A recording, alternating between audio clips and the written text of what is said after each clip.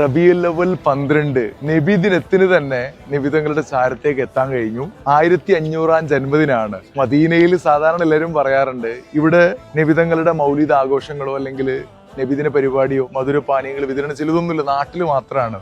സത്യം പറഞ്ഞാൽ അതൊക്കെ വെറുതെയാണ്. കാരണം നമ്മളിവിടെ വന്ന് നോക്കുമ്പോൾ ഇവിടെ ഒരുപാട് ആളുകൾ ഇവിടെ ഇരുന്ന് മൗലിദ് ചൊല്ലുന്നു, ഒരുപാട് ആളുകൾ മധുരപാനീയങ്ങൾ വിതരണം ചെയ്യുന്നു, ഒരുപാട് ആളുകൾ നബിദിനം ആഘോഷിക്കുകയാണ്. അപ്പോൾ നമ്മൾ വരെ ഇവിടെ മൗലിദൊക്കെ ചൊല്ലി മധുകൾ പാടി പറഞ്ഞു അൽഹംദുലില്ലാ. സത്യം പറഞ്ഞാൽ നാട്ടിലുള്ള ആളുകളൊക്കെ പറയുന്നത് വെച്ചാൽ മക്കത്തുണ്ടോ മദീനത്തുണ്ടോ എന്നൊക്കെയാണ്. അപ്പോൾ നിങ്ങൾ ഇവിടെ വന്ന് ഞങ്ങൾക്ക് മനസ്സിലാവും പതിവില് വിപരീതമായിട്ടുള്ള ആളുകളാണ്. ഇപ്പോൾ റബീഉൽ അവ്വൽ 12 സുബ്ഹിയോട് അടുത്ത സമയമാണ്, എന്നിട്ടും ആളുകൾ ഇങ്ങനെ തിക്കും തിരക്കും, ഒരുപാട് ആളുകൾ നമ്മളിതിന്റെ ചുറ്റും ഒരുപാട് റൗണ്ട് അടിക്കേണ്ടി വന്നു, അത്രയും തിരക്കാണ് ഇവിടെ. അപ്പോൾ ഇത് റബീഉൽ അവ്വൽ എന്ന് പറഞ്ഞാൽ നബിതങ്ങളോടുള്ള ഹുബ്ബ് കൊണ്ട്, സ്നേഹം കൊണ്ട് അവിടുത്തെ ആശിക്യങ്ങൾ വരുന്നതാണ്. അപ്പോൾ അള്ളാഹു എല്ലാവർക്കും നബിദിനം കൊണ്ട് സന്തോഷിക്കാനുള്ള എല്ലാവർക്കും തൗഫീഖ് നൽകുമാറാവട്ടെ. എല്ലാവർക്കും ഇവിടെ ഒരു വട്ടമെങ്കിലും വരാനുള്ള ഭാഗ്യം ലഭിക്കുമാറാവട്ടെ.